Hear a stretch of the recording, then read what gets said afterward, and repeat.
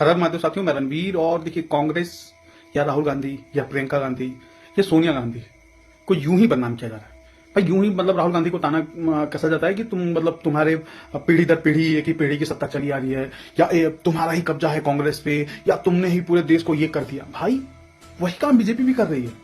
और नहीं यकीन है तो मैं चलो प्रधानमंत्री जी को छोड़ दो। प्रधानमंत्री जी के बाद आते हैं गृह मंत्री अमित शाह। अमित शाह जी ने अपने बेटे जय शाह को सेटल कर दिया और वो आईसीसी का चेयरमैन बन गया, जिसने जीवन में एक गेंद, एक बल्ला तक नहीं चलाया है। वो आईसीसी को इंस्ट्रक्ट कर रहा है कि प्लेयर के साथ कैसा मैनेजमेंट करना है, कैसा होगा खेल, या कैसे व्यवस्था मैनेज की जाएगी। अब चलिए दूसरे नंबर पे आते हैं गृह मंत्री। अब हो गया उनका। अब आते हैं रक्षा मंत्री। रक्षा मंत्री ने अपने बेटे को सेटल कर दिया, विधायक बना दिया। पंकज सिंह के बेटे हैं, नोएडा से विधायक हैं, मस्त जिंदगी चल रही उनकी। अब आते हैं कांग्रेस छोड़कर गए, या एक है कि कांग्रेस को धोखा देकर गए, क्योंकि धोखा देना जिनकी फितरत में है, ज्योतिरादित्य सिंधिया। इनके पिता माधवराव सिंधिया पहले पॉलिटिशियन थे, फिर ये बने, और फिर अब इनका बेटा बन गया है।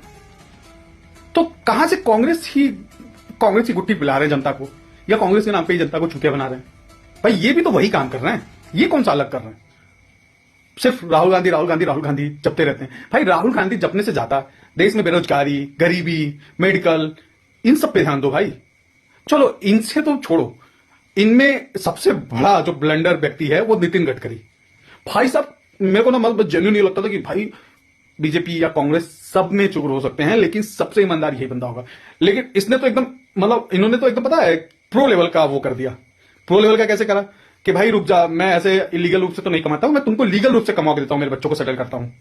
दोनों जो मोटे ताजे तरबूज थे उनको सेटल करना था इनको, और उनको सेटल करने के लिए इन्होंने क्या करा कि भाई चलो मैं तुम्हें सेटल करके बताता हूं कैसे सेटल होता है तुम्हारा वो।